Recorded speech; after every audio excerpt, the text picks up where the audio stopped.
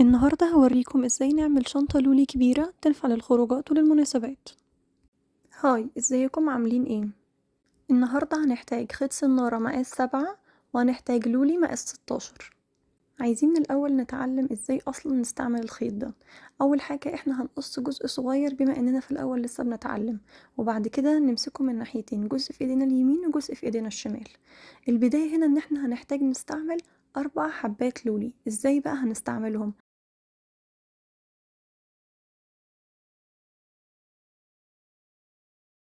أول حاجة هنحط 2 لولي في الخيط ناحية اليمين أو الشمال براحتكم، والناحية التانية بقى هنحط 2. بس لما نيجي ندخل التانية هنعمل ايه؟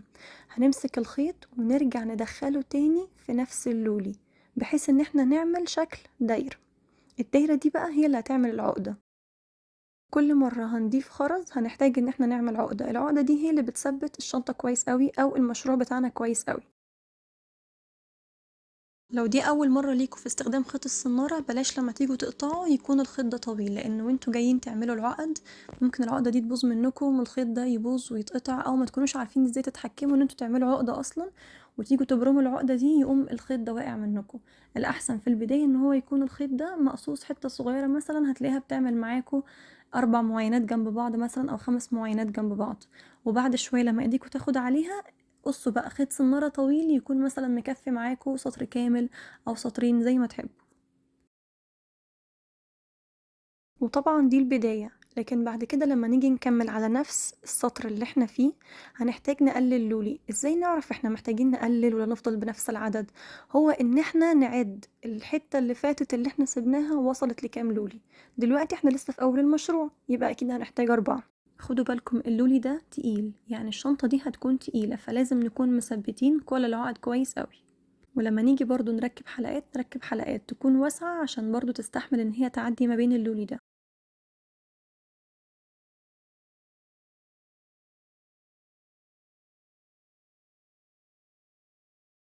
نزود ولا نقلل؟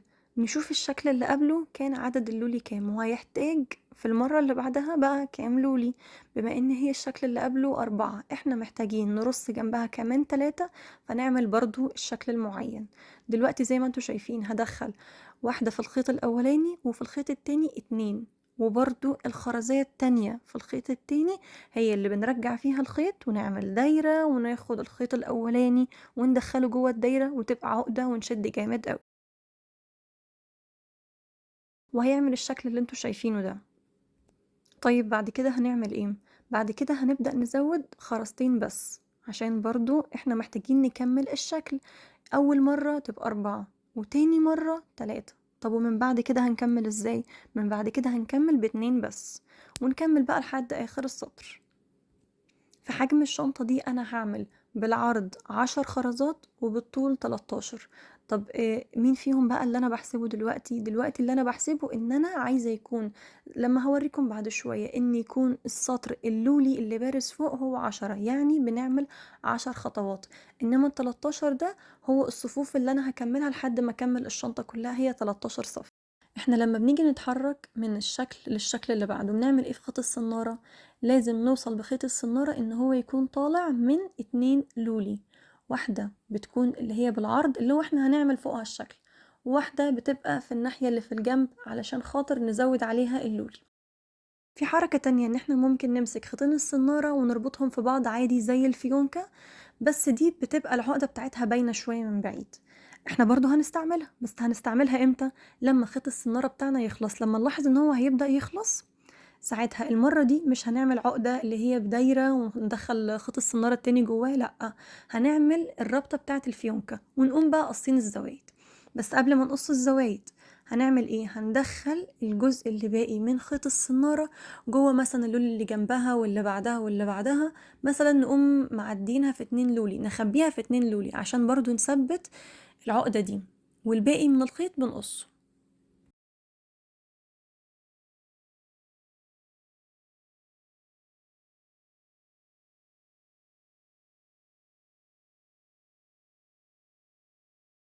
دلوقتي زي ما انتوا شايفين ادينا هنا خلصنا صف كامل وعديناها فوق اهو، هتلاقوا 10 لولي او 10 مرات احنا زودنا خرز.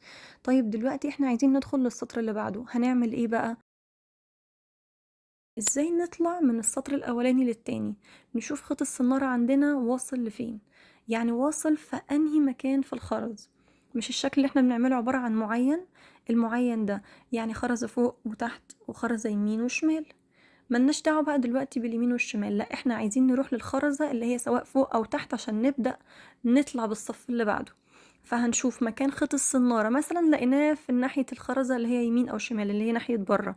طب احنا عايزين نطلعها لفوق أو لتحت، هنبدأ نحرك خيط السنارة للولي اللي جنبه واللي جنبه واللي جنبه لحد ما نطلع للولي اللي بارزة فوق أو لتحت. يعني من الآخر نوديهم للولي لحد ما نوديها لحد فوق، سواء بقى كانت تحت أو من فوق هنلف اللفة دايرة كاملة في اللولي لحد ما نوصل.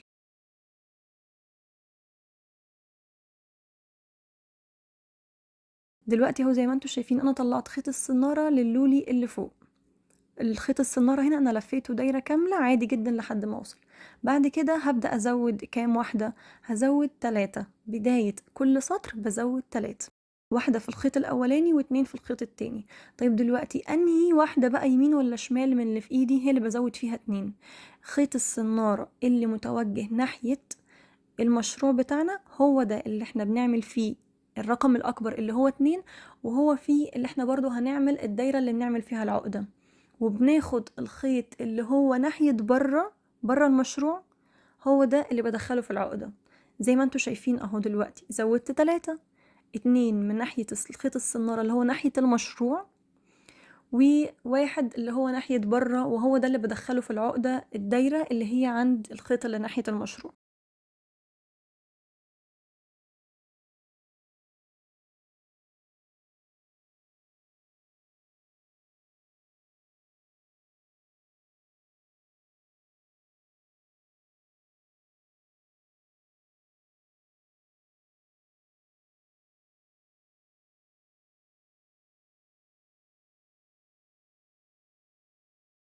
وبعد كده زي ما انتوا عارفين برضو هنفضل نكمل السطر ب2 لولي لحد الاخر، وكل مرة نيجي نطلع بالسطر ده لحد فوق يعني نطلع كمان بسطر زيادة، ساعتها برضو بنودي خيط السنارة نلفه دايرة كاملة جوه اللولي لحد ما يطلع معانا باللوليهية اللي فوق.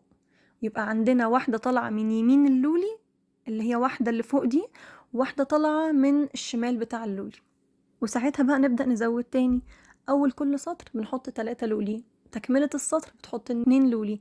المرة الوحيدة اللي حطينا فيها 4 لولي هي بداية أي مشروع عايزين نعمله. الشنطة دي الطول بتاعها هيكون 10 والعرض هيكون 13، ده عدد اللولي الموجودة أو عدد المرات اللي بنزود فيها الخرز. وكمان الشنطة دي هنحتاج فيها كيلو كامل، كيلو كامل بالدراع، لو من غير الدراع يبقى كيلو إلا ربع تقريبا. وزي ما انتوا شايفين اهو خلصنا السطر وبندخل في السطر اللي بعده واللي بعده. انا عارفة ان في الاول لو جه حد يجرب حوار ان هو يعمل كل مرة عقدة هيحس انها رخمة وبتاخد وقت، بس مع التعود بتتعمل بسرعة. ممكن عادي ما نعملش عقدة، بس ساعتها ممكن تكون الشنطة او المشروع اللي احنا بنعمله مش متثبت كويس قوي. وزي ما انتوا شايفين اهو دلوقتي وصلنا كام سطر، وفعلا ده في الاول بياخد وقت بس بعد كده مع التعود بتقدروا تعملوا العقد دي بسرعة جدا وتخلصوا كمان المشروع اللي انتوا عايزينه مثلا في يومين. بعد كده احنا ازاي هنقسمها بان يكون الارضية بتاعتها 3 سطور، و5 في اليمين و5 في الشمال. اليمين والشمال ده انا قصدي بيها دي اللي هي الجدار بتاع الشنطة اللي هنطلع بيه، و3 في الارضية. طيب دلوقتي احنا عايزين نعمل الجنبين، هنعملهم ازاي؟ هندخل خيط السنارة الاولاني في اول لولي في ناحية معينة، وخيط السنارة التاني في اول لولي في الارضية، ومن ساعتها بقى نبدأ نحط. احنا كده معانا 2 لولي، يبقى هنزود كام عشان نعمل معين؟ هنزود 2 لولي، زودناها وعملنا عقدة.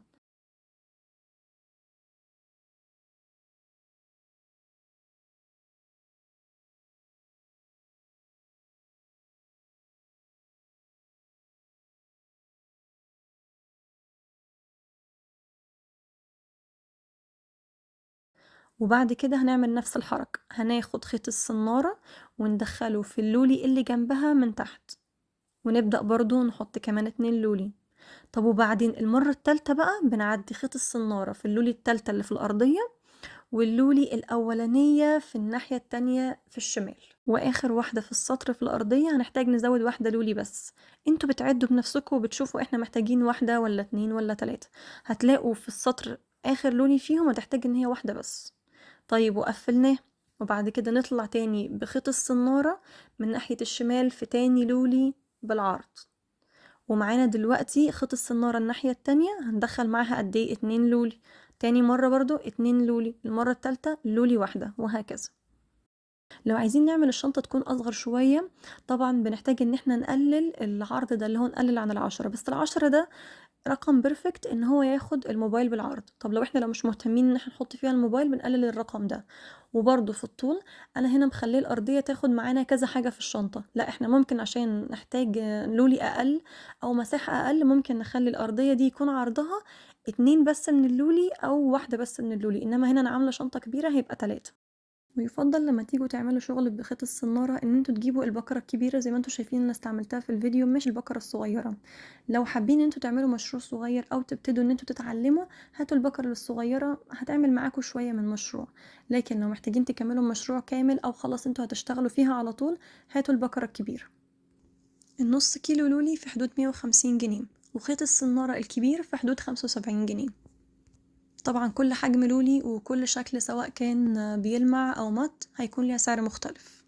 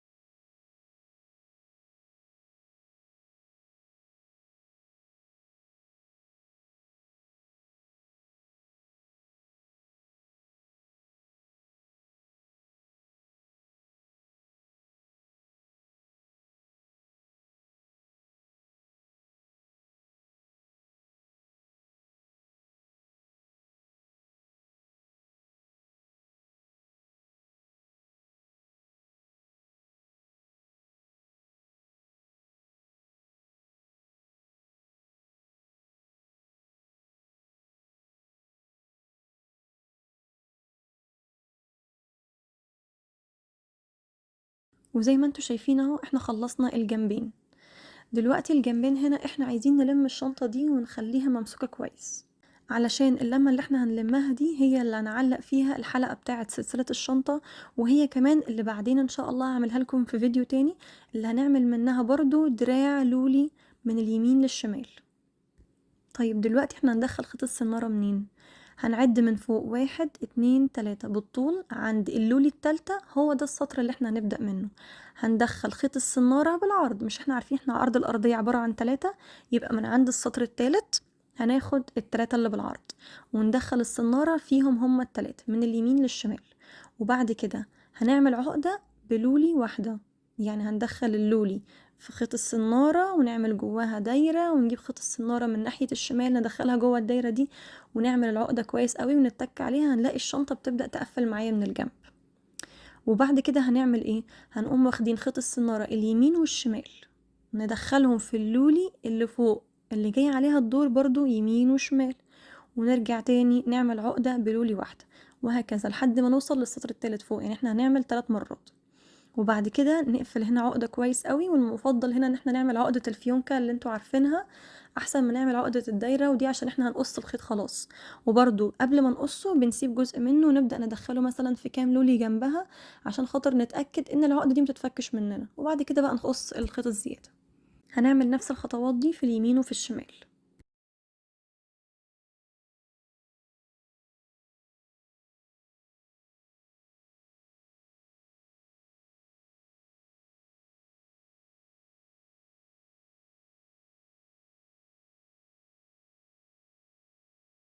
ولما نيجي برضو نركب حلقات تكون الأحسن حلقات واسعة عشان تعرف تعدي من اللولي كويس. المقص اللي انتوا هتستخدموه في قص الخيط ياريت يكون قوي، لان الخيط مقاس 7 ده تخين شوية، لكن لو خيط رفيع عادي تقصوه بأي مقص.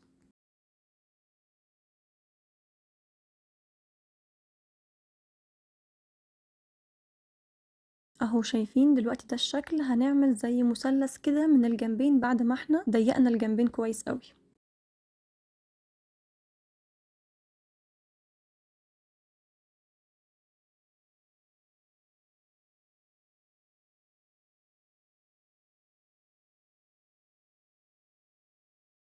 دلوقتي بقى إحنا عايزين نزود الجزء اللي إحنا هنبقى بنقفل بيه الشنطة من فوق.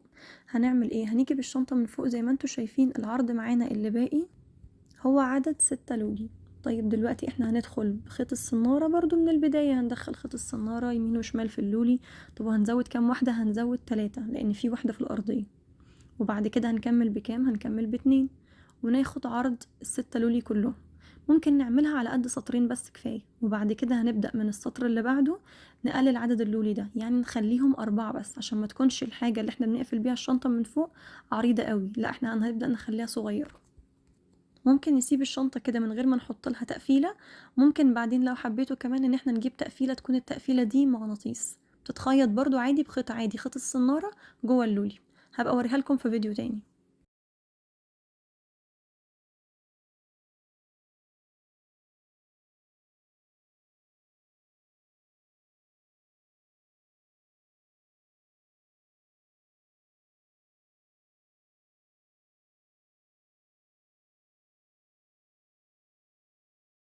وهو ده دلوقتي الشكل النهائي للشنطة بتاعتنا. شايفين شكلها حلو ازاي؟ ولو استعملتوا اللولي اللي بيلمع ده بيكون شكله احلى جدا في المناسبات. المات برضو حلو بس هو احلى في الخروجات، انما اللي بيلمع بيكون شيك جدا. وزي ما انتوا شايفين انا ركبت فيها حلقات وسلسلة. الفيديو الجاي ان شاء الله هوريكم ازاي ممكن نعمل مغناطيس للشنطة لو حبيتوا ان انتوا تركبوه، وازاي نعمل دراع للشنطة كمان منها فيها باللولي. الشنطة اللولي مش شرط يكون ليها بطانة، بس لو حبينا نعمل بطانة الاحسن ان هو يكون ستان. هبقى اوريكم في الفيديو الجاي ان شاء الله ازاي نعمل بطانة للشنطة.